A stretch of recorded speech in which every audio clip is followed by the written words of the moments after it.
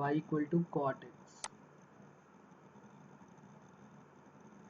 तो जैसे 10x का पता था हमको कि माइनस पाई बाई टू से पाई बाई टू है, वैसे इसका जो ग्राफ है कॉट एक्स का वो 0 से पाई के मिड में होता है। तो ये हो गया पाई बाई टू और ये हो गया पाई। तो ये हमने ले लिया 0 से पाई के मिड में। ठीक है,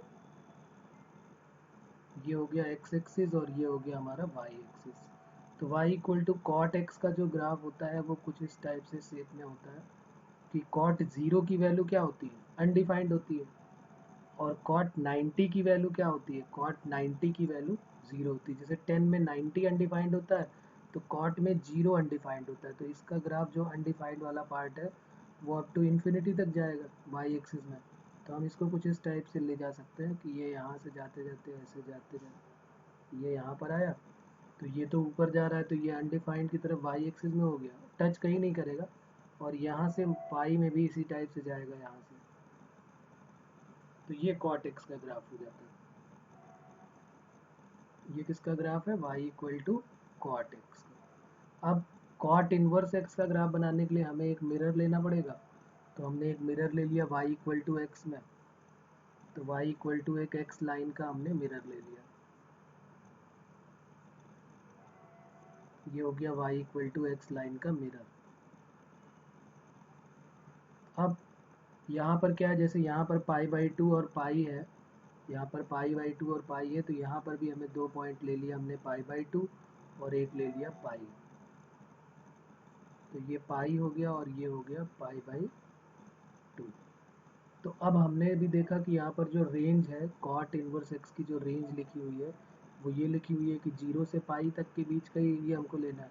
तो 0 से पाई के मिड का हमें चाहिए केवल। तो 0 से पाई यानी हमने यहाँ पर ओपन इंटरवल में हमको डॉटेड लाइन बनानी पड़ेगी क्योंकि ओपन इंटरवल में है 0 से पाई तक। तो ये हो गया 0 से पाई के मिड का और ये हो गया पाई बाई टू वाला पार्ट। अब जरा देखो कौन सा पार्ट किधर जाएगा, कौन सा पार्ट किधर जाएगा। ये वाला जो पार्ट यहाँ से यहाँ तक का है भाई, ये वाला पार्ट जो यहाँ से यहाँ तक का है, जो ये वाला शेप है यहाँ से यहाँ तक, वो तो इधर चला जाएगा। तो इसको हमने इधर भेज दिया। तो ये वाला पार्ट जो है इसका जो है वो कुछ इस टाइप से गया और ये यहाँ से चला गया ऐसे करके। ये कहीं भी टच नहीं करेगा, इस बात का ध्यान रखना। तो जो ये येलो शेडेड वाला पोर्शन था वो इस टाइप से बन गया।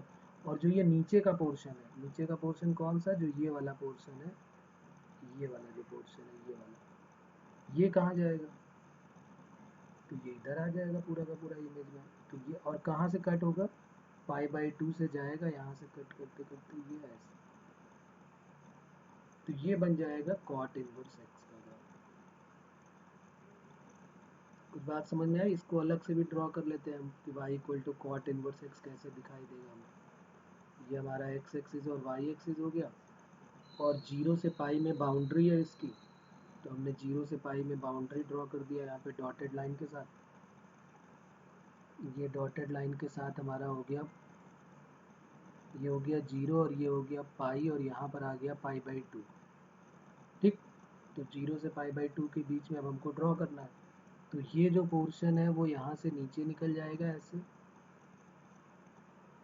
यहाँ से ऐसे करते करते ये पैरेलल में इसके चला जाएगा। और जो यहाँ वाला पोर्शन है वो कुछ इस टाइप से चला जाएगा। तो ये बन जाएगा y equal to cot inverse X का ग्राफ। कोई प्रॉब्लम इसमें।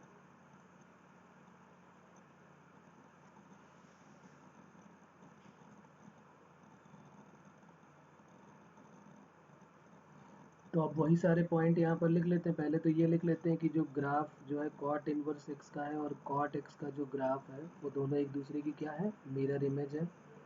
तो graph of cot inverse X and y equal to cot x are mirror images of each other।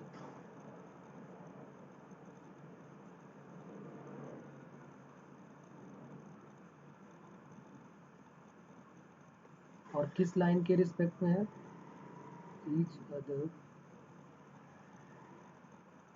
about the line, किस लाइन के रिस्पेक्ट में है, y इक्वल टू एक्स।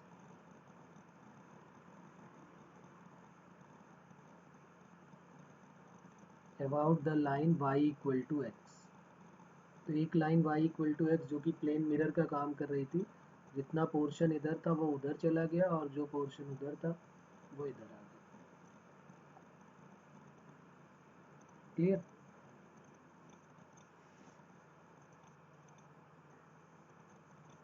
अब जरा उसमें जितने पॉइंट्स थे वो कौन कौन से पॉइंट्स थे। पहला पॉइंट क्या होता था कि क्या ये बाउंडेड फंक्शन है, तो हम क्या लिखेंगे, क्या ये बाउंडेड फंक्शन है। इम्पॉर्टेंट पॉइंट जो हम लिखते थे उसमें क्या क्या लिख सकते हैं हम। फर्स्ट पॉइंट क्या था कि y इक्वल टू जो कॉट इनवर्स x है, क्या वो बाउंडेड है। तो हाँ, ये तो सारे के सारे बाउंडेड फंक्शन ही है। जितने भी इनवर्स ट्रिग्नोमेट्रिक फंक्शन है वो सारे के सारे बाउंडेड है, और ये ओपन इंटरवल में 0 से पाई के मिड में है। फिर क्या ये इवन है, क्या ये ऑड है, कि ना तो इवन ना तो ऑड है। इसको देख के क्या आइडिया हो रहा है, सिर्फ ग्राफ देख के आइडिया करना है हमको, क्योंकि माइनस एक्स वाला कॉन्सेप्ट अभी हम थोड़ी देर बाद पढ़ेंगे। अभी तो हमको ये देखना है कि क्या ये वाई एक्सिस के सिमेट्रिकल है, तो ये इवन फंक्शन हो जाएगा। और क्या ये अपोजिट क्वाड्रेंट यानी ओरिजिन के सिमेट्रिकल है, तो फिर ये इवन फंक्शन, ऑड फंक्शन हो जाएगा, सॉरी। तो अब बताओ इसमें कौन सा फंक्शन होगा ये। क्या ये ओरिजिन के सिमेट्रिकल है, तो आंसर होगा नो। क्या ये वाई एक्सिस के सिमेट्रिकल है, तो तब भी आंसर होगा नो, क्योंकि वाई एक्सिस के भी सिमेट्रिकल नहीं है। तो फिर इसका आंसर क्या हो जाएगा कि ये फंक्शन कौन सा हो जाएगा, नीनो फंक्शन। नीनो फंक्शन मतलब नाइदर इवन नॉर ऑड। ठीक है, cot inverse X is neither even nor odd function. ठीक है, नीनो का मतलब समझ में आ गया।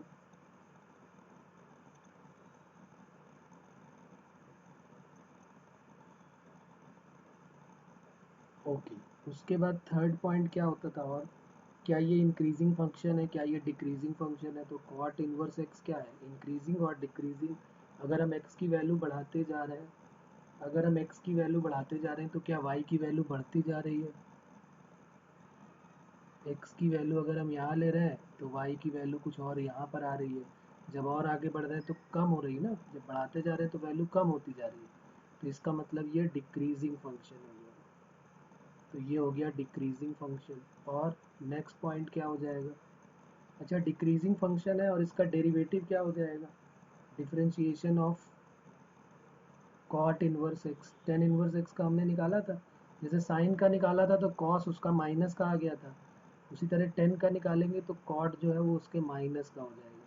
मतलब टेन इनवर्स एक्स हमने पिछले क्लास में प्रूव किया था कि 1/1 + x² होता है, तो कॉट इनवर्स एक्स जो होता है वो -1/1 + x² है। और हम देख रहे हैं इसका जो डिफरेंशिएशन है वो निगेटिव आ रहा है कि नहीं आ रहा है, और नेगेटिव देखो आ रहा है क्योंकि बाहर माइनस लगा हुआ है, इसीलिए ये डिक्रीजिंग फंक्शन है।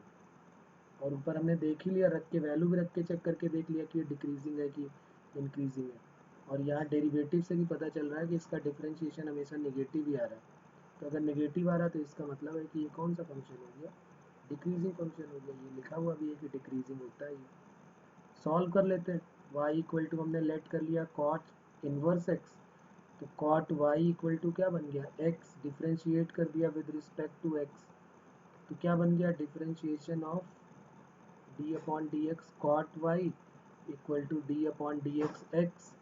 कॉट वाई का डिफ्रेंशिएशन क्या हो जाएगा, कॉट एक्स का क्या होता है माइनस कॉसिक स्क्वायर एक्स, लेकिन ये तो वाई है, तो वाई को अगेन डिफ्रेंशिएट करेंगे, d Y by d X, X का 1 हो गया। तो d Y by d x की वैल्यू क्या आ गई, -1 cosec square Y. Cosec square Y can be written as 1 + cot² Y.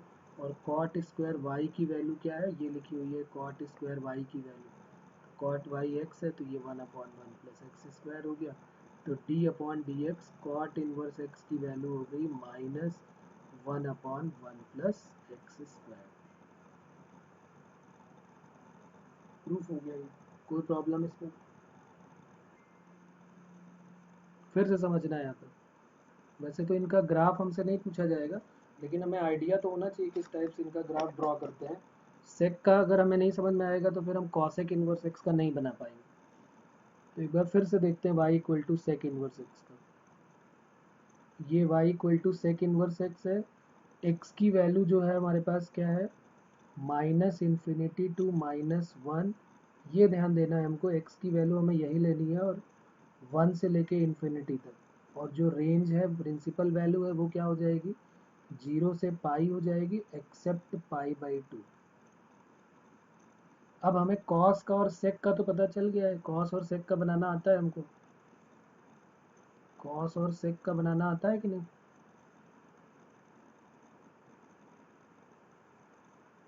ये हो गया कॉस एक्स का,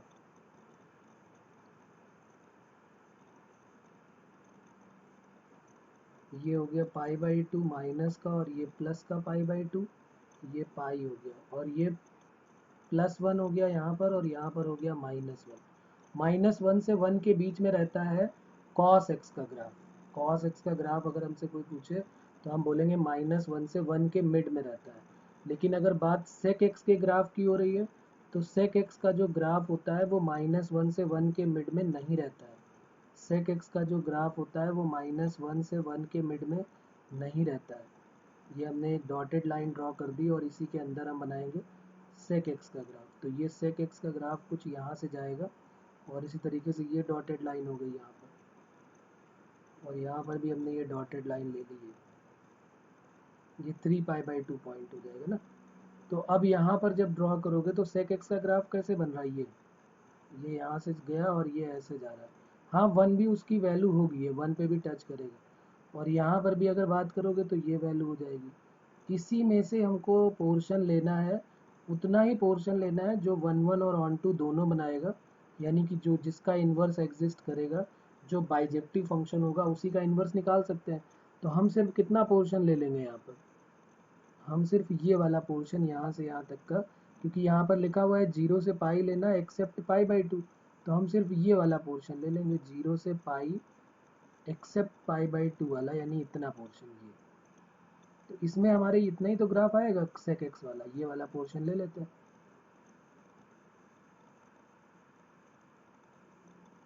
तो इस वाले पोर्शन को भी ध्यान से देखना है हमको, कि यहाँ पर हम देख रहे हैं कि वहाँ पर क्या हो रहा था, यहाँ पर पाई है, और यहाँ पर जो स्टार्टिंग है वो 1 से हो रही है, 1 के नीचे से ही आएगा सेक एक्स का ग्राफ। अगर आप ध्यान से देखें तो यहाँ पर 1 के ऊपर से जा रहा है, 1 को टच कर रहा है लेकिन 1 के ऊपर से, और यहाँ पर 1 के नीचे से जा रहा है। तो उसी तरीके का हम एक ग्राफ फिर बनाते हैं इधर, और यहाँ पर हम सेक इनवर्स एक्स का ग्राफ बनाएंगे। और सेक इनवर्स के लिए हमको क्या क्या चाहिए, एक तो एक्स एक्सिस, वाई एक्सिस, और कई सारे पॉइंट्स ये हमें लेने पड़ेंगे यहाँ पर। देखना, आप ध्यान देना फिर से। ये हमारा हो गया वाई एक्सिस, और ये हो गया हमारा एक्स एक्सिस, ये ओरिजिन हो गया हमारा। एक लाइन हम ले लेते हैं y इक्वल टू एक्स वाली लाइन, तो ये y इक्वल टू एक्स की एक लाइन ले ली हमने। ये y इक्वल टू एक्स एक प्लेन मिरर का काम करेगा। पॉइंट्स ले लेते हैं यहाँ पर एक 0 पॉइंट हो गया, और कौन कौन सा पॉइंट हो जाएगा, पहले 1 ले लेते हैं, 1 आएगा, फिर पाई/2 आ गया, और पाई/2 के आगे जो है वो पाई आ गया। इसी तरह यहाँ पर भी ले लेते हैं, यहाँ -1 आ गया, यहाँ पर -पाई/2 हो गया, और यहाँ पर -पाई हो जाएगा। सिमिलरली यहाँ पर भी वैसे ही ले लेते हैं, 1 पाई/2, और यहाँ पर आ जाएगा पाई, ये आ गया पाई, -1 -पाई/2, और ये आ जाएगा माइनस का पाई। अब इनमें ज़रा लाइनें ड्रॉ कर लेते हैं, ये जो लाइन्स हैं वो ड्रॉ कर लेते हैं, ताकि हमको एग्जैक्ट आइडिया मिल सकेगा कि हमें कौन कौन सी लाइन को देखना है। तो पहली बात तो 0 से पाई एग्जैक्ट चाहिए हमको, तो 0 से पाई के लिए कोई डॉटेड लाइन तो होगी नहीं, तो ये हमने डार्क लाइन ड्रॉ कर दी। 0 से पाई के बीच का ग्राफ चाहिए हमको। पाई/2 नहीं चाहिए, पाई/2 नहीं चाहिए, तो पाई/2 पे हम डॉटेड लाइन बना देते हैं, क्योंकि पाई/2 तो हमें नहीं चाहिए। तो ये पाई/2 पे हमने डॉटेड लाइन बना दी, ये होगी। ठीक है, 0 से पाई के बीच का ही ग्राफ को हमको आइडिया लेना है, बाकियों से हमें कोई मतलब नहीं है। आगे बढ़ते हैं फिर। अब यहाँ पर 1 और ये पाई/2 है, तो ये डॉटेड लाइन एक पाई/2 की बना देते हैं, और एक पाई पे डॉटेड लाइन बना देते हैं। ये हमने पाई/2 पे डॉटेड लाइन बनाई, और एक बना दी पाई पे डॉटेड लाइन। सिमिलरली यहाँ पर भी ऐसे ही पाई/2 और पाई दोनों पे बना देते हैं। ये पाई/2 पे डॉटेड लाइन हो गई और ये पाई पे हो गई। आप जरा ध्यान से फिर देखेंगे। हम पहले बनाएंगे sec x का ग्राफ। तो sec x का ग्राफ यहाँ से उठा रहे हैं हम, 1 से स्टार्ट होता है और 1 से लेके जाएगा ये इन्फिनिटी तक यहाँ से। तो हमने इसको इस टाइप से 1 से स्टार्ट किया और ये जो है इन्फिनिटी पे पहुँचा दिया इसको। ये किसका ग्राफ है? y equal to sec x का। इसकी मिरर इमेज कहाँ पर आएगी? अब ध्यान से देखना फिर यहाँ पर इसकी मिरर इमेज, ये 1 से जो x एक्सिस है वो y बन जाता है। जब हम ग्राफ ड्रॉ करते हैं ना, line y equal to x का या किसी के इन्वर्स का ग्राफ ड्रॉ करते हैं, तो जो x एक्सिस है वो y बन गया, जो y एक्सिस है वो x बन गया। हमने इन्वर्स निकालने का मेथड सीखा था कि पहले y in term of x given रहता है तो पहले x in term of y लेके आते हैं, यानी x की जगह y की जगह x से रिप्लेस हो जाता है और फिर हम उसका f इन्वर्स x निकालते हैं। तो वही काम यहाँ पर भी है।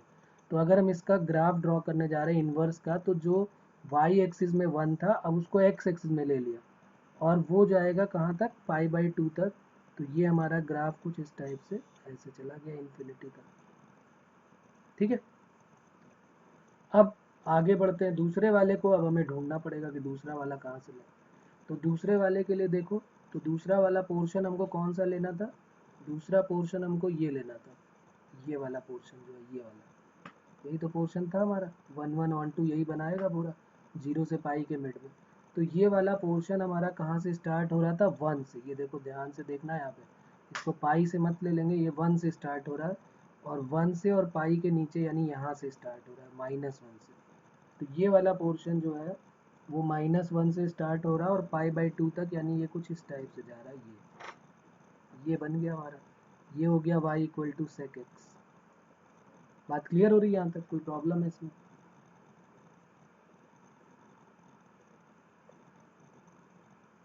अब ये वाला पोर्शन कहाँ से जाएगा? सोचो, सोचोगे तो समझ में आएगा कि देखो अब यहाँ पर ऐसे समझ लो कि यहाँ पर ये जो था, ये हमने पॉइंट यहाँ से लिया हुआ है, ये -1 के सामने वाला पॉइंट है, ये है ना -1 के सामने वाला पॉइंट।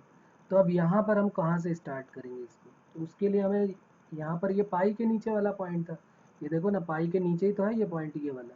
तो यहाँ पर भी -1 से ही स्टार्ट किया हमने और हमने ये देखा भी है कि ये कह रहा है कि भाई इसका ग्राफ -इन्फिनिटी से -1 और 1 से इन्फिनिटी के बीच में। तो -इन्फिनिटी से 1 से इन्फिनिटी तो बन गया, अब -इन्फिनिटी से -1, तो -1 यहीं कहीं पर तो होगा। अगर आप ध्यान से देखें तो ये डॉटेड लाइन -1 वाली ये है, ये डॉटेड लाइन है -1 की, यानी यहाँ से स्टार्ट तो होना ही, पक्की बात है यहीं से स्टार्ट होगा। और उसके बाद अब उसको जाना किधर है? तो ये वाला जो ग्राफ इधर जा रहा है वो अब जाएगा y इक्वल टू पाई पे था, तो अब ये x इक्वल टू पाई पे आ गया, ये देखो यहाँ से, और ये जो है वो कुछ इस टाइप से ये बन गया। तो ये बन गया y equal to sec inverse x का ग्राफ। तो अब बात समझ में आ गई होगी मेरे ख्याल से कि ये सेक इनवर्स x के ये दोनों ही हैं, सिर्फ अकेले अकेले नहीं बोलेंगे। ये पूरा का पूरा ग्राफ जो है वो सेक इनवर्स x का है। कौन सा पोर्शन? जब आप ये वाला पूरा पोर्शन बना देते हैं, जब ये वाला पूरा पोर्शन बना देते हैं और ये वाला पूरा पोर्शन बना देते हैं, तो इसको मिला के आप बोलोगे कि सेक इनवर्स x का ग्राफ। जैसे ये दोनों सेक सेक के हैं, वैसे ये पूरा का पूरा सेक इनवर्स x का ग्राफ।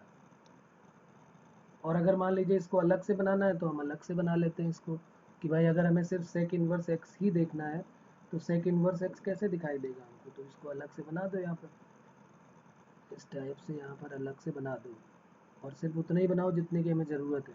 ये 0 हो गया, यहाँ पर ये 1 हो गया, तो 1 से स्टार्ट हो रहा और पाई/2 पर नहीं होना चाहिए, तो पाई/2 पे हमने डॉटेड लाइन बना दी, ये पाई/2 पे डॉटेड लाइन बन गई। और पाई पे जो है वो लाइन होनी चाहिए, तो पाई 0 से पाई के बीच में तो रहता है, तो ये y इक्वल टू पाई वाली लाइन हो गई।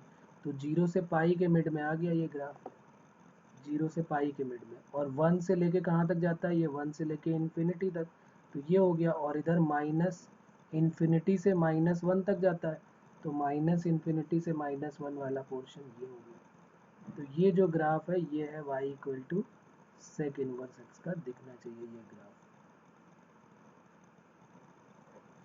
कोई प्रॉब्लम अभी भी आ रही है तो बताएं।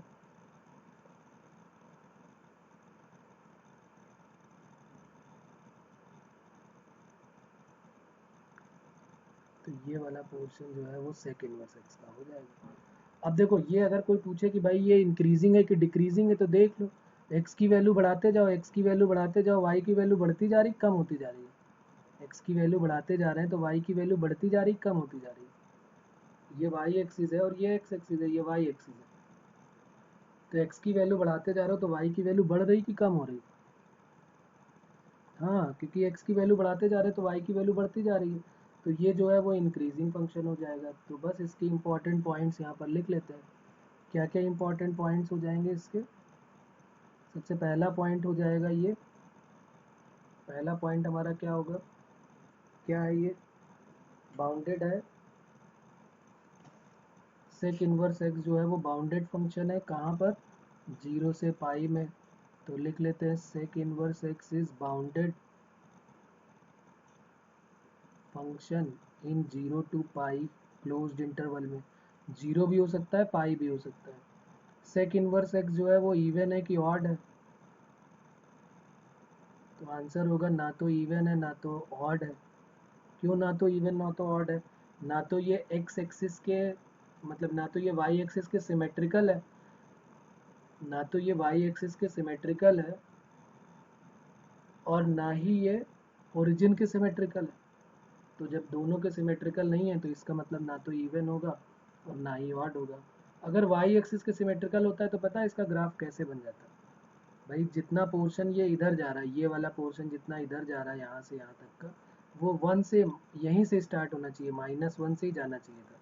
तो अगर ऐसा हो जाता तो फिर हम बोल देते कि भाई हाँ ये, लेकिन यहाँ पर नहीं है बोल सकते हम, क्योंकि दिख रहा है हमको कि ये नहीं यहाँ से हो पाएगा। ठीक है, तो अब अगला पॉइंट क्या हो जाएगा? तो ये तो ना तो इवन हो गया ना तो ऑड हो गया। अगला पॉइंट क्या होगा? तीसरा पॉइंट क्या होता था इसका? क्या ये मैक्सिमम वैल्यू देगा क्या कहीं पर? मैक्सिमम वैल्यू किस पे देगा ये, और किस पॉइंट पे देगा? देख लो ग्राफ से समझ में आ जाएगा कि maximum value sec inverse X की क्या है। अरे भाई इसकी रेंज डिसाइड है, पाई तक जा रहा, पाई के ऊपर जा ही नहीं रहा।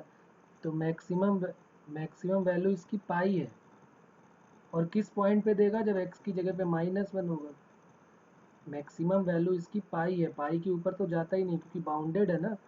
अरे ये मिनिमम, ये 0 से पाई जो लिखा यही मिनिमम मैक्सिमम वैल्यू होती है। तो maximum value of sec inverse X क्या हो जाएगा? कोई हमसे बोले कि भाई सेक इनवर्स एक्स की वैल्यू 2 पाई आ रही, तो हम मानेंगे नहीं, क्योंकि 2 पाई तो कभी हो ही नहीं सकती उसकी वैल्यू, क्योंकि उसकी वैल्यू तो 0 से पाई के मिड में ही रहती है। और मिनिमम किस पे दे रहा है? मिनिमम वैल्यू कौन से पॉइंट पे दे रहा है? Minimum value of sec inverse X क्या होगी? 0। और किस पॉइंट पे होगी? Occurs at X equal to 1। देखो ना, एक्स इक्वल टू 1 पे मिनिमम वैल्यू दे रहा है। ये 1 वाला पॉइंट है, 1 पे वैल्यू 0 दे रहा है कि नहीं दे रहा है? यहाँ पर ये 1 वाला पॉइंट था तो यहाँ पर 0 दे रहा है, तो मिनिमम दे रहा है 1 पर, यानी कि एक्स इक्वल टू 1 पर दे रहा है, और मैक्सिमम जो है वो कहाँ पर दे रहा है? पाई पर दे रहा है, -1 पे सॉरी दे रहा है। एक्स की वैल्यू -1 पे दे रहा है पाई, और 1 पे दे रहा है 0। फोर्थ पॉइंट क्या हो जाएगा? क्या ये इंक्रीजिंग है कि डिक्रीजिंग है? तो अभी हमने चेक किया था, तो सेक इनवर्स एक्स जो है वो इंक्रीजिंग फंक्शन है इन होल डोमेन। उसके बाद फिफ्थ पॉइंट, क्या ये पीरियोडिक है? तो ये पीरियोडिक बिल्कुल भी नहीं है ना, क्योंकि जितने भी इन्वर्स ट्रिग्नोमेट्रिक फंक्शन है वो सारे के सारे जो होते हैं वो नॉन पीरियोडिक फंक्शन होंगे, कभी भी ये पीरियोडिक नहीं हो सकते। तो अब बात क्लियर हो गई यहाँ तक? कोई प्रॉब्लम इसमें सेक इनवर्स एक्स के ग्राफ में? जी हाँ, एक पॉइंट और रह गया इसका, डिफरेंशिएशन। तो 6 पॉइंट में क्या कर लेते हैं? d/dx सेक इनवर्स एक्स, ये होता है 1/x √x² -1। ये इसका डिफरेंशिएशन हो जाता है। प्रूफ कर लेते हैं।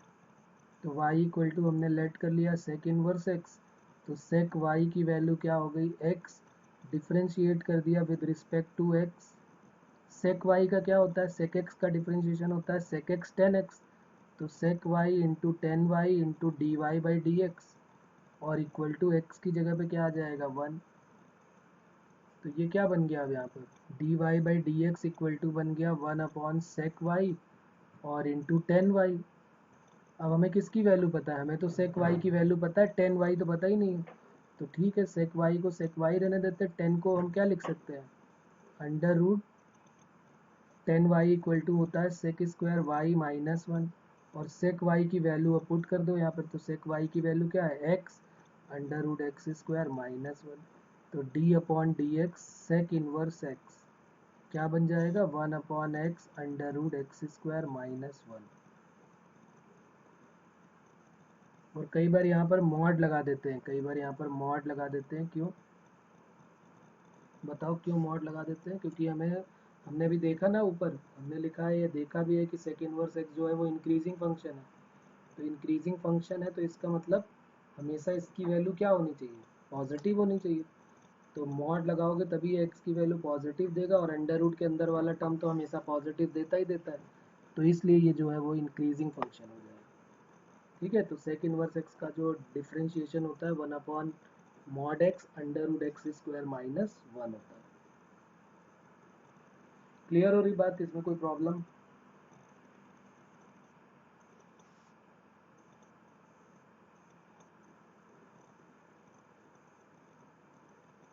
आगे बढ़ते हैं, फिर y equal to cosec inverse X का भी जल्दी से ड्रॉ कर लेते हैं। 6 नंबर पे आ जाएगा y equal to cosec inverse x.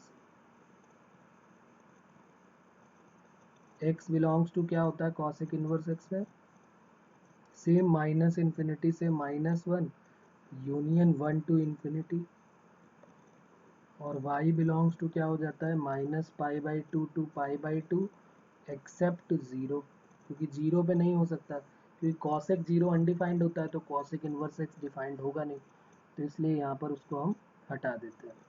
अब कॉसेक इनवर्स एक्स का ग्राफ भी वैसे ही बनता है जैसे अभी हमने कॉसेक का बनाया, जैसे हमने सेक का बनाया, जैसे कॉस से सेक बनाया, वैसे ही हम साइन से पहले क्या बनाएंगे, कॉसेक, और कॉसेक से फिर क्या बना देंगे, कॉसेक इनवर्स एक्स। तो पहले हम बनाते हैं y equal to sine X का, तो बहुत इजी होता है, जल्दी से देख लेते हैं इसको भी, साइन एक्स का ये जीरो हो गया, साइन एक्स का तो खैर याद भी रहता है, साइन कॉस तो इजी रहते हैं, जीरो से पाई, पाई से टू पाई, इस टाइप से जाता है ये, और हमें तो माइनस से प्लस लेना है, तो ये हो गया माइनस पाई, ये जीरो, और ये प्लस पाई, ये टू पाई। और हमें जो है किसका बनाना है, पहले कॉसेक का, तो यहाँ पर डॉटेड लाइन बना दिया हमने, ये डॉटेड लाइन बन गई यहाँ पर भी, क्योंकि यहाँ पर जो है वो क्या दे देगा, अनडिफाइंड कर देगा ये कॉसेक, क्योंकि साइन जो है वो ज़ीरो हो रहा है, तो कॉसेक क्या कर देगा, अनडिफाइंड हो जाएगा यहाँ पर। तो अब यहाँ पर ले लेते हैं हम इस तरीके से,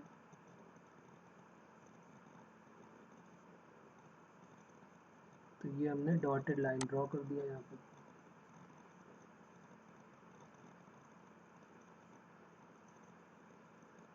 तो अब कैसे बन जाएगा इसका ग्राफ, अगर सेक का पूछा जाए तो कैसे बनता है, तो सेक एक्स का ग्राफ जो है वो कुछ इस टाइप से बनता है ना, याद होगा आपको कि ये वाला पोर्शन इधर आ गया, ये जो वैल्यू वन है वो यहाँ पर वन भी देता है, और ये कौन सा पॉइंट होता है, पाई बाई टू, नीचे यहाँ पर कौन सा देता है, ये माइनस वन, और ये माइनस पाई बाई टू, ऐसे हो गया, तो ये यहाँ से यहाँ गया, और ये आ गया इधर, सिमिलरली यहाँ पर भी आ गया ऐसे ही।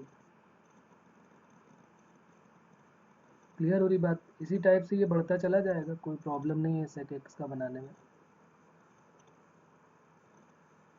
अब सेक एक्स का कौन सा पोर्शन उठाया जाए जिसमें हमारा माइनस वन से वन के मिड में रहे, मतलब माइनस वन से वन के बीच में तो रहेगा ही नहीं इसका सेक एक्स का ग्राफ, कॉसेक एक्स का, जैसे हमारा कॉस का था, कॉस माइनस वन से वन के बीच में लाई कर रहा था तो सेक नहीं था, उसी तरह साइन जो है वो माइनस वन से वन के बीच में लाई करेगा, तो कॉसेक नहीं रह पाएगा माइनस वन से वन के बीच में। आप देख भी रहे होंगे कि माइनस वन से वन के बीच में कॉसेक का ग्राफ लाई नहीं कर रहा है, ये कॉसेक है ना जो रेड से।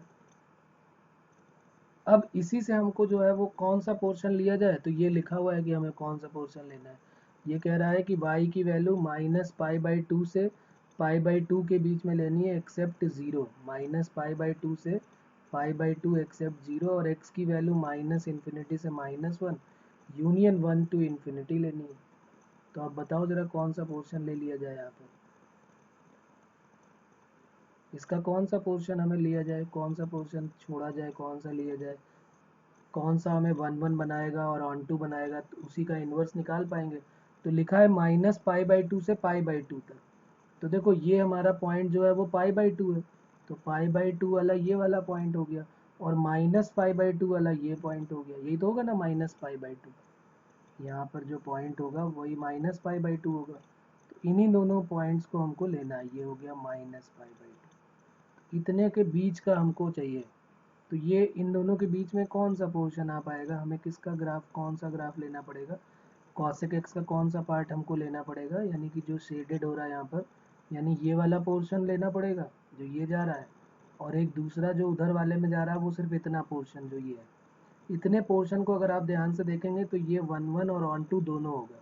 x की डिफरेंट डिफरेंट वैल्यू पे y की डिफरेंट डिफरेंट वैल्यू मिल रही है कि नहीं मिल रही है, चेक कर लो। x की डिफरेंट डिफरेंट वैल्यू रखते जाओ, y की डिफरेंट वैल्यू मिल रही है।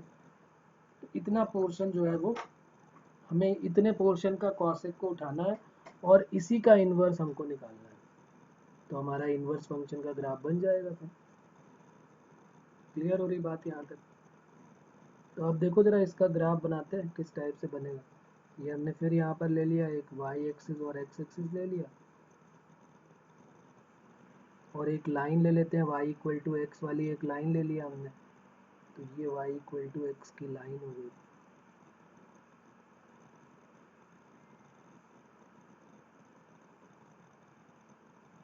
y = x की लाइन ये मिरर का काम कर रही है। अब यहाँ पर हमें पॉइंट्स बहुत सारे लेने पड़ेंगे। जैसे हमने ये ले लिया 0 हो गया, और कौन सा पॉइंट यहाँ पर आ जाएगा, एक 1 ले लिया हमने, एक π/2 ले लिया, और एक ले लिया यहाँ पर पाई, ये हो गया पाई। इधर भी ऐसे ले लिया जैसे उसमें लिया था -1 -π/2, और ये हो गया -π। सिमिलरली यहाँ पर भी ऐसे ही 1 π/2 और पाई। तो चलो यहाँ पर हमने ले लिया 1 π/2 और पाई, तो ये π/2 हो गया और ये हो गया पाई। ठीक है, और सिमिलरली यहाँ पर भी ऐसे ही ले लेते हैं, यहाँ पर भी -π/2 और -π।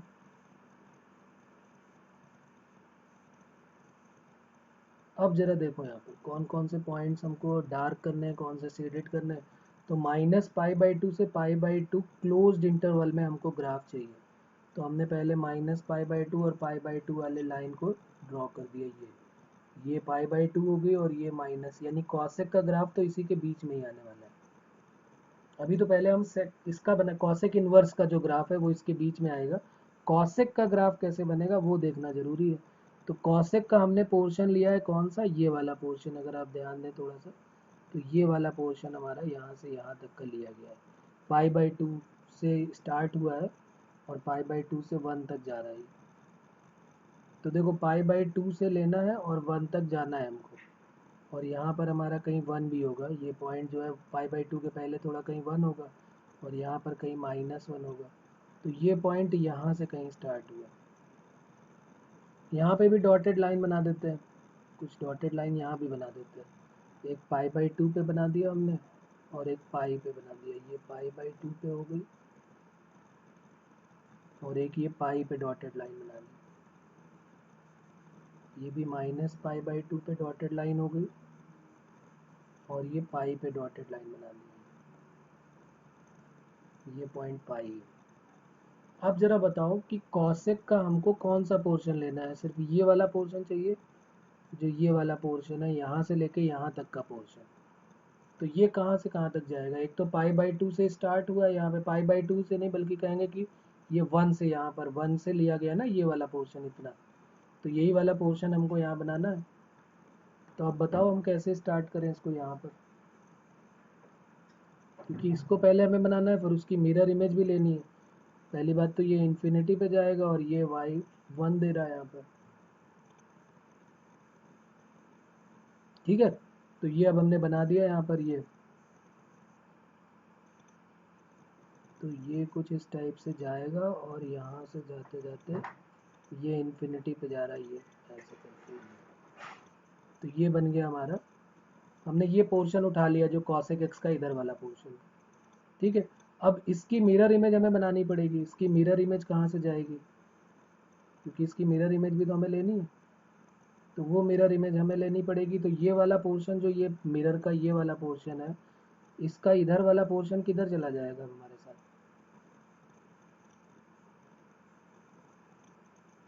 सोचो, ये 1 से है और ये यहाँ पर 1 के पास यहाँ पर जा रहा है, तो ये वाला पोर्शन का हमें पहली बात तो ग्राफ चाहिए और इसकी मिरर इमेज चाहिए। तो हमारे पास है भी कि डोमेन जो है वो -∞ से -1 यूनियन 1 से लेके इन्फिनिटी तक है। तो 1 से लेके इन्फिनिटी तक का ग्राफ कैसे बनेगा? तो ये हमारा पोर्शन 1 पे ये आ गया और यहीं पे हमने इसकी मिरर इमेज ले ली, तो ये कुछ इस टाइप से जा रही है। ये बन गया कॉसेक इनवर्स का ग्राफ। अभी अलग से तो हम बना ही लेंगे उसको, ठीक है, और अलग से ही हमको याद रखना है। बस ये एक थोड़ा समझने के लिए, एक फील लेने के लिए है कि किस टाइप से इसका ग्राफ बना होगा, बस और कुछ भी नहीं। दूसरा जो है, दूसरा पोर्शन डॉटेड लाइन वाला कौन से लेंगे? ये वाला पोर्शन जो हमारा है, क्योंकि ये वाला पोर्शन जो है, इतना पोर्शन हमारे पास है ना ये, तो ये वाला पोर्शन कैसे आया होगा? यहाँ से यहाँ तक का। तो ये वाला पोर्शन लेने के लिए हमने इसको यहाँ फिर बना दिया। तो वो कैसे आया वहाँ से वहाँ तक का? तो उसको ले लिया यहाँ से, तो ये बन गया हमारा ये वाला ग्राफ बन गया। इसका जो वो है वो कहाँ से जाएगा? क्योंकि ये -1 से स्टार्ट हो रहा है, ये ना -1। अब इस, हाँ, तो फिर अब इसको और बना देते हैं, बस इसके बाद बन गया हमारा ये। तो ये हमने इसका ऐसे, ये वाला जो पोर्शन था उसका जो ग्राफ है वो कुछ -1 से होते हुए ऐसे गया और ये करते करते ये बन गया। तो ये हो गया -1 से जाने वाला। तो ये जो ग्राफ दिख रहा है रेड में, डार्क रेड में, ये हमारा ग्राफ जो है वो कॉसेक इनवर्स एक्स का हो जाएगा। ठीक है, इसको अलग से बना के एक बार समझ लेते हैं कि हमें करना क्या है। सिर्फ कौन सा पोर्शन हमको याद रखना है कॉसेक में। तो ये हमारा 0 हो गया, हमें ये 1 हो गया, हमें सिर्फ इतना ही ध्यान रखना है और कुछ नहीं। ये -1 हो गया और यहाँ पर हो गया π/2 और यहाँ पर हो गया -π/2। सिर्फ इतना पोर्शन हमको ध्यान रखना है। और ग्राफ जो बनेगा वो हमारा कौन सा पोर्शन का बन जाएगा? एक 1 से जब स्टार्ट करेंगे तो ये बन गया हमारा π/2 से लेके, तो ये पोर्शन कुछ ऐसे चला जाएगा इधर, ठीक है। और जो दूसरा वाला है वो -π/2 से जाएगा और -π/2 से लेके ऐसे चला जाएगा। तो ये जो ग्राफ है ये सिर्फ कॉसेक इनवर्स एक्स का ग्राफ हो जाएगा। सिर्फ हमको इतना ध्यान रखना है। यानी ये बना, देखो पहली बात तो ये -π/2 से π/2 के बीच में रहा। दूसरी चीज़, ये 0 पे इसने नहीं रखा है, 0 पे, क्योंकि 0 पे देखो अनडिफाइंड हो रहा है ना, एरो जा रहा है, तो इसका मतलब अनडिफाइंड हो गया। तो ये हमारा जो ग्राफ है ये बन जाएगा y = cosec इनवर्स। कोई प्रॉब्लम?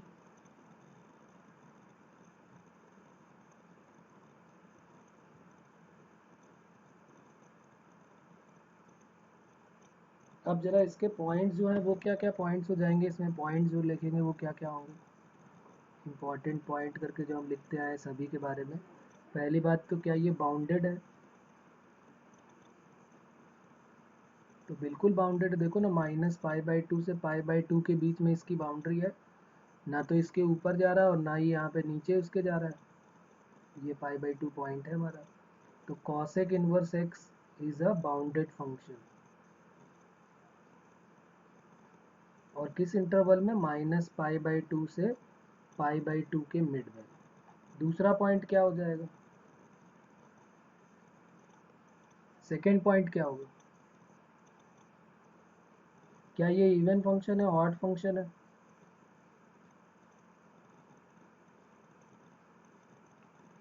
तो चेक कर लेते हैं। देखो, ओरिजिन के सिमेट्रिकल नहीं बन रहा है ये। जितना ओरिजिन में इधर से इधर जा रहा है उतना ही तो ओरिजिन में इधर से इधर जा रहा है।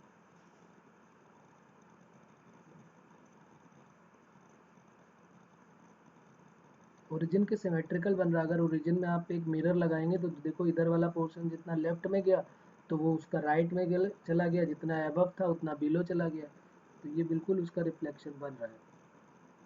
तो cosec इनवर्स x क्या हो जाएगा? Is an odd function. लिख लेते हैं, सिमेट्रिक अबाउट क्या है? ओरिजिन है।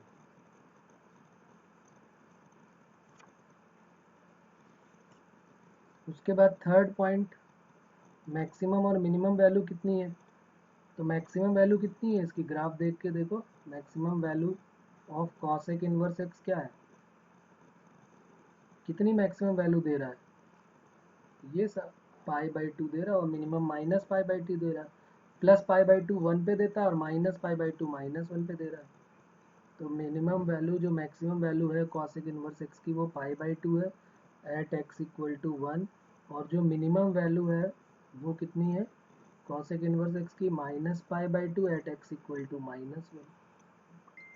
नेक्स्ट पॉइंट कौन सा है, क्या ये इंक्रीजिंग है कि डिक्रीजिंग है, तो cosec inverse X is an increasing और डिक्रीजिंग,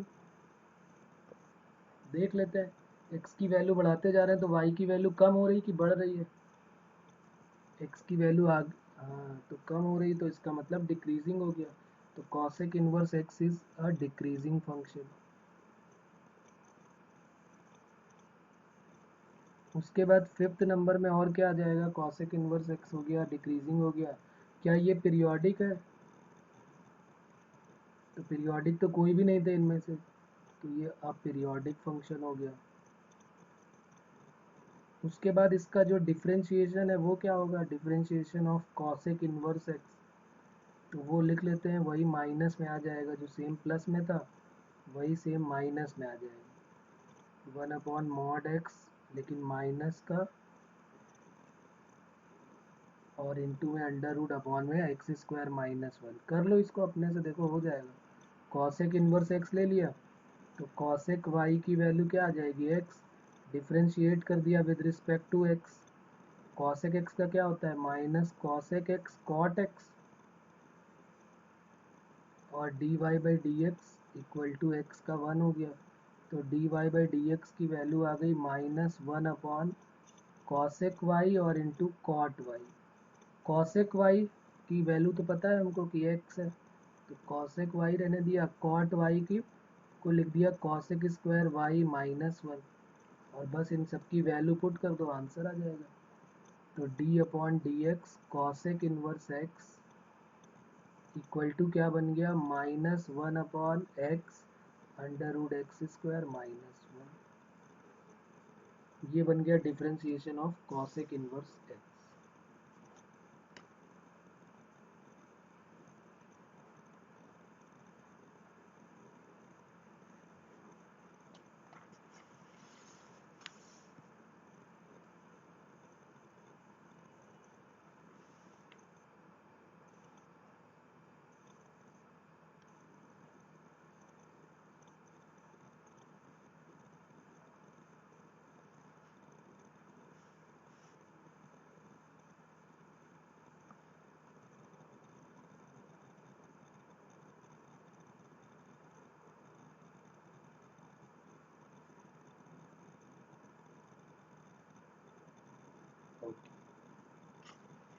तो ये एक बड़ा पोर्शन था इनके ग्राफ ड्रॉ करने वाला, उसके बाद तो इजी है। वैसे तो इसमें और भी कई सारे ग्राफ मिलेंगे, जेई में कई सारे ग्राफ हैं इसमें, बोर्ड में तो बहुत इजी है, उसको अभी हम कर लेंगे। जेई लेवल में ये अच्छा बनता है चैप्टर पूरा का पूरा, कई सारे ग्राफ और भी दिखेंगे आपको, तो आपकी ड्यूटी सिर्फ इतनी है कि जो बेसिक ग्राफ है वो ज़रूर आप ध्यान रखें, और इनकी डोमेन और रेंज एक बार अपने से ज़रूर प्लॉट करके ज़रूर देख लें, और इनकी डोमेन रेंज का आइडिया होना ज़रूरी है कि किसको कहाँ तक जाना है और कहाँ पर किसका रिस्ट्रिक्शन है, वो बहुत ज़रूरी है।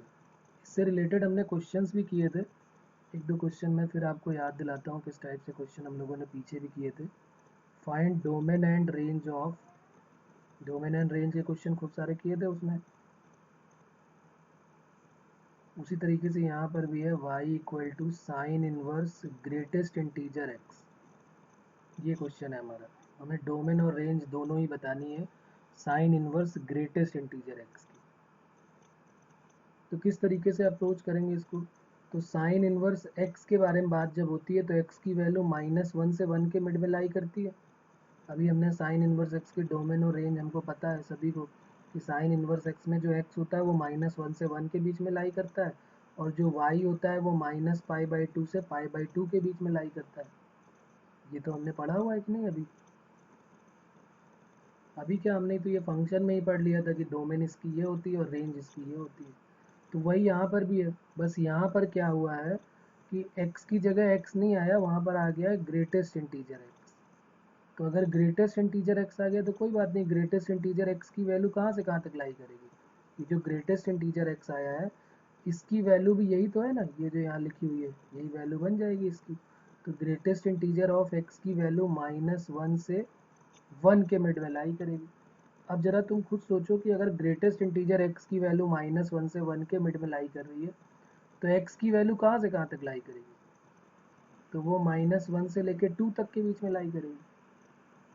अगर x की वैल्यू जो है ग्रेटेस्ट इंटीजर x की वैल्यू -1 से 1 के बीच में लाई कर रही है तो x की वैल्यू कहाँ से कहाँ तक लाई करेगी, तो पहली बात तो -1 तो फिक्स रहेगा, लेकिन 2 से कम का भी तो ग्रेटेस्ट इंटीजर 1 ही आता है ना। तो फिर हम यहाँ पर क्या ले लेंगे भाई, ये हमको ये बता रहा है, इसके कहने का मतलब ये है कि ग्रेटेस्ट इंटीजर x की वैल्यू या तो -1 हो सकती है, या तो 0 हो सकती है, या तो 1 हो सकती है। इसका मतलब यही तो हुआ कि नहीं। अगर किसी ने बोला कि -1 से 1 के बीच में लाई कर रहा है तो इसका मतलब उसने हमको यही तो बताया कि ग्रेटेस्ट इंटीजर x की वैल्यू या तो -1 होगी, या तो 0 या 1, क्योंकि इंटीजर है ये। इंटीजर चेंज थोड़ा ना होने वाला है, ये तो न्यूमेरिकल वैल्यू देता है इंटीजर वैल्यू। तो किस किस का जो x हम कौन कौन सा ले लें जिसकी वैल्यू -1, 0 और 1 आ जाए, तो वही तो x यही तो लोगे, तभी तो इसकी वैल्यू ये आएगी कि नहीं आएगी। सोचो, थोड़ा सोचोगे तो आइडिया हो जाएगा कि 2 से कम का भी ग्रेटेस्ट इंटीजर तो 1 आएगा ही आएगा। लेकिन कोई कहता है इधर क्यों नहीं लिया, -2 क्यों नहीं लिया, -2 से 2 तक, तो वो गलत हो जाएगा, क्योंकि -2 का ग्रेटेस्ट इंटीजर तो फिर उधर चला जाएगा, -3 हो जाएगा। -2 का अगर एग्जैक्ट -2 है तो -2 रहेगा, लेकिन -2 से -3 के बीच का -3 हो जाता है। तो ये अब जरा इसको देखो, तो ये x की वैल्यू आ गई -1 से लेके 2 तक, और जो x की वैल्यूज होती हैं वही तो कहलाता है डोमेन। तो डोमेन आ गया हमारा, तो x की वैल्यू आ गई -1 से 2 के मिड में, ये वैल्यूज दे रहा है। उसके बाद जो y की वैल्यू है, तो y इक्वल टू क्या लिखा हुआ है, sine inverse, y equal to लिखा हुआ है sine inverse greatest integer x, और ग्रेटेस्ट इंटीजर x सिर्फ 3 वैल्यू दे रहा है। कौन कौन सी वैल्यू दे रहा है, ग्रेटेस्ट इंटीजर x ये लिखा हुआ है कि ग्रेटेस्ट इंटीजर x जो है वो सिर्फ 3 वैल्यू दे रहा है। कौन कौन सी, एक -1 दे रहा है, एक 0 दे रहा है और एक 1 दे रहा है। तो यही सब यहाँ पे रख देते हैं, तो एक क्या रख देते हैं, -1 देगा, एक 0 देगा और एक 1 दे देगा। तो -1, 0 और 1 यहाँ पर रख दो, बस आंसर आ जाएगा। तो हमने रख दिया -1, 0 और 1, -1, 0 और 1, ये तीनों। तो साइन इनवर्स इनके साथ ले लो सबके साथ, तो साइन इनवर्स -1 देगा, या तो साइन इनवर्स 0 देगा, और या तो साइन इनवर्स 1 देगा। क्योंकि बात इंटीजर की हो रही थी ना, तो इसलिए यही लेना पड़ा, नहीं तो हमें सारे लेने पड़ते, फिर -1 से 1 के बीच में सब लेना पड़ता। लेकिन अभी चूंकि बात इंटीजर की हो रही है, तो y जो रेंज है वो क्या क्या बन जाएगी बताओ। साइन इनवर्स -1 किसकी वैल्यू होगी, साइन में -1 होती है -π/2 की वैल्यू, साइन 91 होता है तो -90 -1 हो जाएगा, 0 पे 0 दे देगा, और 1 किस पे होगा, π/2 पे। तो ये हो गया डोमेन, और ये हो गया रेंज ऑफ द फंक्शन। कोई प्रॉब्लम इसमें समझ में आती है, क्लियर हो रही बात। एक बार ये सारी चीज़ें जो बताई जा रही हैं इनको फिर से एक बार अपने मन से करना ज़रूर है, क्योंकि नहीं करेंगे तो फिर भूल जाएंगे, और ये सारे इम्पॉर्टेंट हैं। अब जरूर एक जैसे हमने इंटीजर का लिया, एक फ्रैक्शनल पार्ट का भी क्वेश्चन ले लेते हैं। दूसरा क्वेश्चन हमारा है y equal to cos inverse fractional part of x, इसका भी डोमेन और रेंज बतानी है। Find domain and range of the function. तो बताओ इसका डोमेन और रेंज क्या होगा, जरा सोचो और फिर बताओ डोमेन क्या होगा और रेंज क्या होगी। 1 मिनट का है टाइम हमारे पास। इसकी डोमेन की वैल्यू क्या होगी और इसके रेंज की वैल्यू क्या होगी।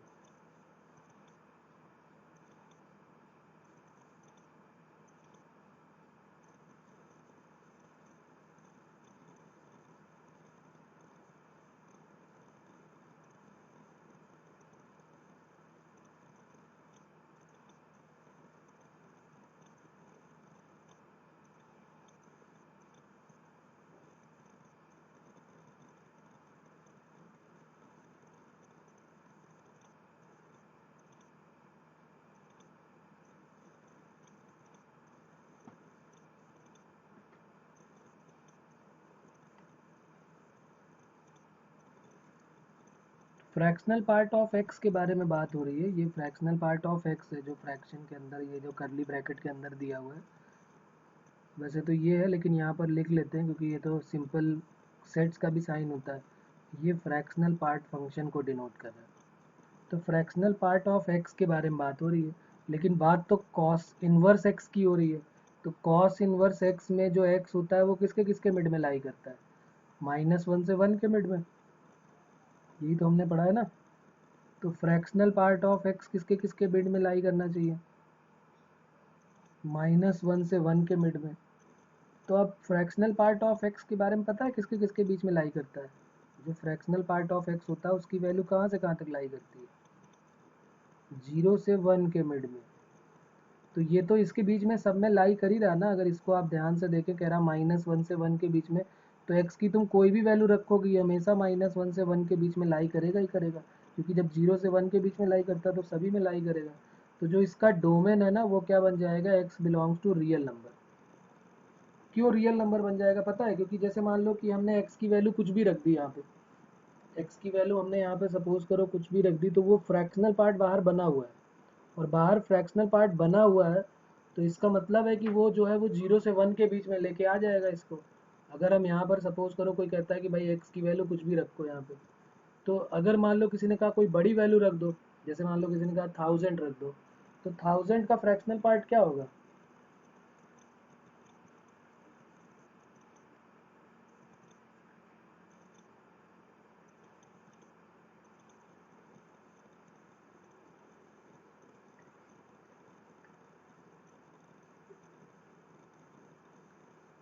हाँ, तो 1 आएगा ना।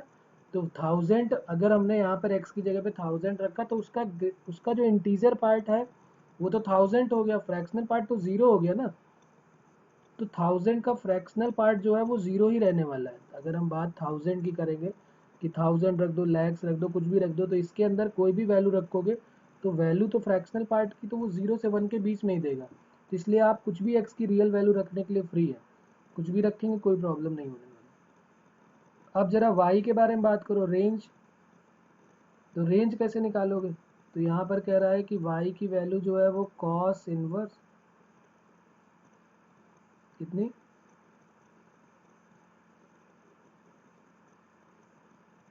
हाँ, तो 0 और π/2 बिल्कुल सही हो जाएगा, क्योंकि कॉस इनवर्स 0 से 1 के बीच में लाई करेगा। तो कॉस इनवर्स की वैल्यू 0 के साथ ले लो और 1 के साथ ले लो, तो cos inverse 1 comma cos inverse 0 ये बन गया।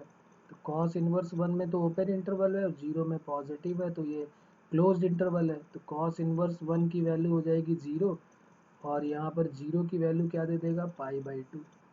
तो ये 0 से क्या हो गया? π/2, y बिलोंग्स टू बन गया ये। तो ये आंसर आ गया हमारा।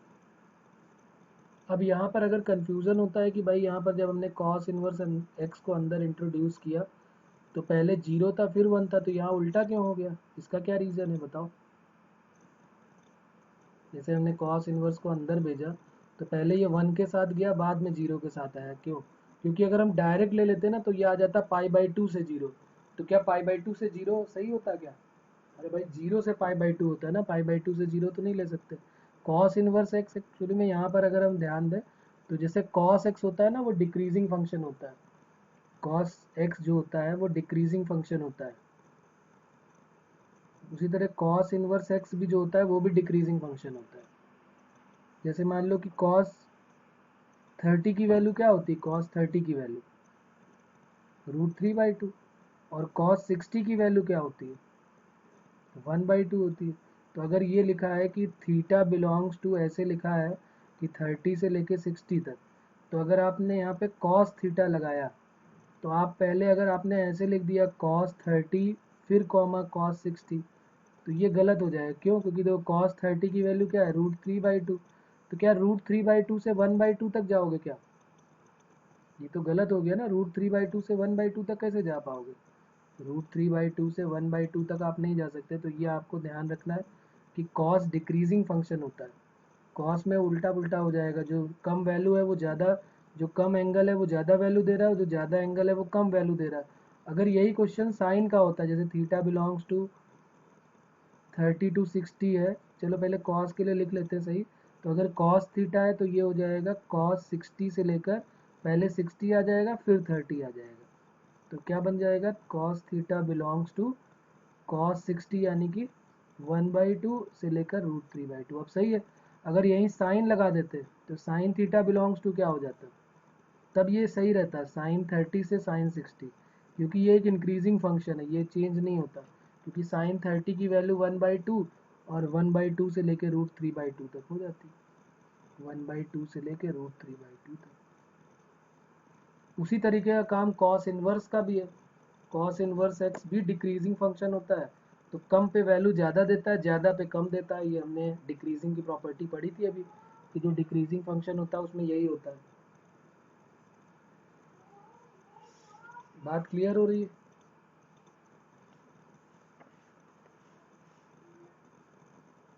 इस तरीके से है ये सारा का सारा प्लान।